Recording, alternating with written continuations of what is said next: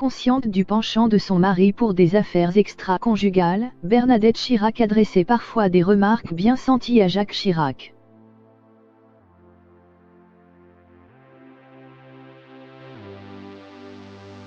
Même la mincitre de la justice Rachida Dati n'était pas à l'abri des soupçons de la première dame.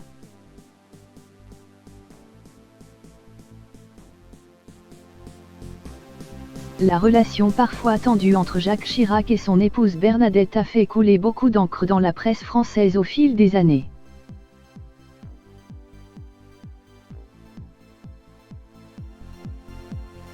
Consciente que son mari avait la fâcheuse habitude de tomber facilement sous le charme des femmes qu'il lui arrivait de croiser, la première dame avait pris l'habitude de garder un œil attentif sur les fréquentations de l'homme politique.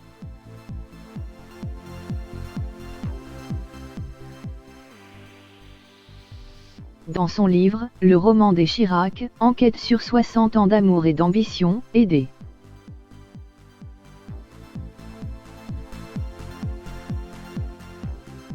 Michel Lafon, l'auteur Michel Feltin-Pala dit ainsi de la mère de Laurence et Claude Chirac: Bernadette est méfiante à l'égard de toutes les représentantes du beau sexe.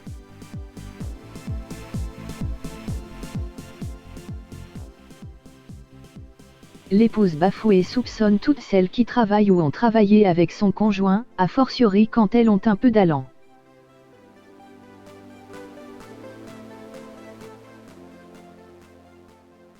Comme pour illustrer son propos, l'écrivain replonge quelques années en arrière, à l'époque où la garde des Sceaux Rachida Dati s'apprête à donner naissance à une fille.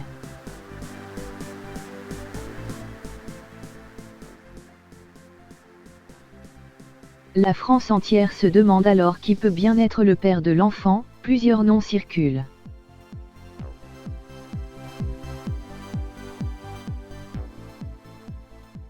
Si Jacques Chirac a quitté l'Élysée 2 ans plus tôt, sa femme ne le considère pas au-dessus de tout soupçon pour autant.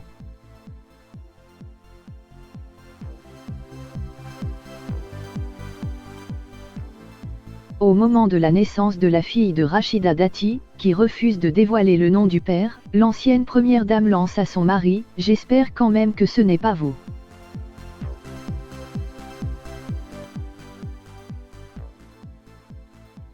Marquée par les trop nombreuses affaires de son mari, l'ex-première dame n'écarte aucune possibilité.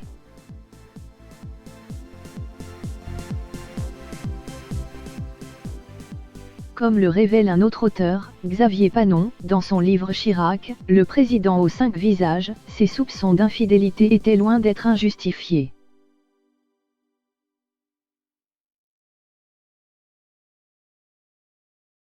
Alors que la principale garçonnière entretenue par Jacques Chirac durant sa carrière, boulevard Saint-Germain, est aujourd'hui de notoriété publique, l'écrivain révèle que le prédécesseur de Nicolas Sarkozy en maintenait 2 autres en parallèle.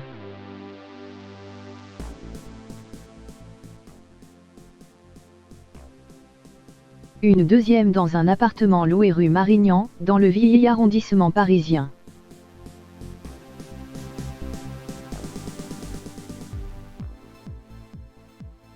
Puis une troisième dans un appartement de Neuilly, aux portes de Paris, prêté par un ami de Roland Dumas.